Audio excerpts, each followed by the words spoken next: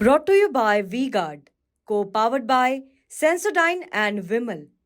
बोलो जुबां केसरी।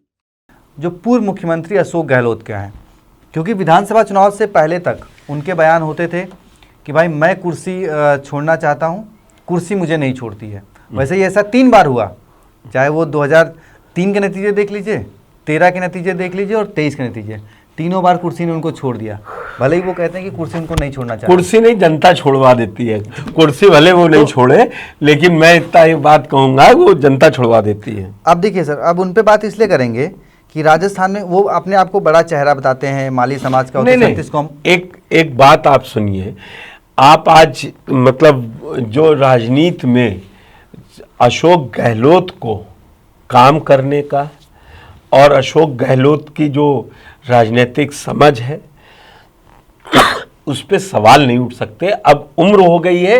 हाँ, अब वो कांग्रेस के थिंक टैंक्स में जाएंगे। अब वो दौर नहीं है कि वो मुख्यमंत्री 28 में प्रोजेक्ट कर सकते हैं। सर थिंक टैंक में तो उनको जो है कांग्रेस आला कमान 23 में ही भेजने वाला था। नहीं, अब देखिए ना, उनको बड़ी जिम्मेदारी दी गई। आप कैसी बात कर रहे हैं? अमेठी के ऑब्जर्वर बने हैं, वही आ रहा हूँ, और वहां से वो पासा पलट भी सकते हैं। सर राजस्थान में आपके पास दांव पे देखिए, मैं वही आ जाता हूं कि सचिन पायलट 7 सीटें दांव पे लगी हैं।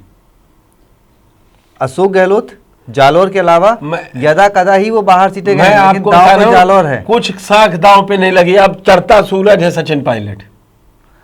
गहलोत जी का क्या होगा सर 4 जून के बाद? गहलोत जी को सम्मान मिलेगा, स्ट्रेटजी तय करेंगे, राष्ट्रीय स्तर पर स्ट्रेटजी तय करेंगे। अब नहीं, ऐसा तो नहीं होगा सर, वो 25 सितंबर की तरह उनके विधायक जो है वो जाके इस्तीफा सौंपने से लग जाए। अपने नहीं, अपने एक्टिव पॉलिटिक्स में वो अब थोड़ा पीछे रहेंगे, और वो शायद मुझे लगता है वैभव गहलोत को आगे बढ़ाएंगे।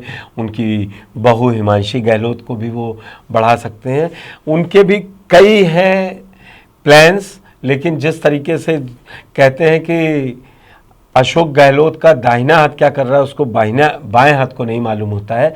अशोक गहलोत भी 4 जून के बाद बड़े फैसले लेंगे और वो जमीन पर दिखाई देंगे।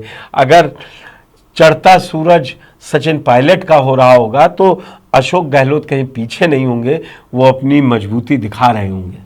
चलिए देखते हैं सर, क्योंकि देखिए 80 साल की उम्र में जो किरोड़ी लाल मीणा, जो कि मौजूदा सरकार में मंत्री हैं, इन्होंने विपक्ष में रहते हुए किस तरीके से धूप बरसात और किस तरीके से इस्तीफा रोज दे रहे हैं, उस पर बड़ा समस्या आ रही है। उन्होंने एक अम्बेश नहीं को सर, उन्होंने भूमिका एक बनाई राजस्थान में, जिसकी तारीफ खुद प्रधानमंत्री नरेंद्र मोदी ने करी। खैर अब एक चर्चा और है, जो कन्हैया लाल मीणा है, जो दौसा से सांसद पद के लिए खड़े हैं, उन्होंने आज मांग करी है कि किरोड़ी लाल मीणा जी को मुख्यमंत्री बनाया जाए, तो हम उसका समर्थन करेंगे। सांसद ही जीते, इस्तीफा देने राजस्थान में भी। ठीक है, तो ये सब पूरी हलचल है, बाकी नतीजे 4 जून को आएंगे। Brought to you by V-Guard, co-powered by Sensodyne and Vimal. बोलो जुबां केसरी।